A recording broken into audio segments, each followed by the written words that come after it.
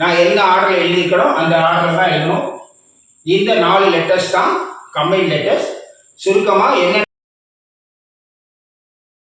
இக்ஷ, இக்கு, இஷ்ர, இது இஷ் பிளஸ் இத்து பிளஸ் ர.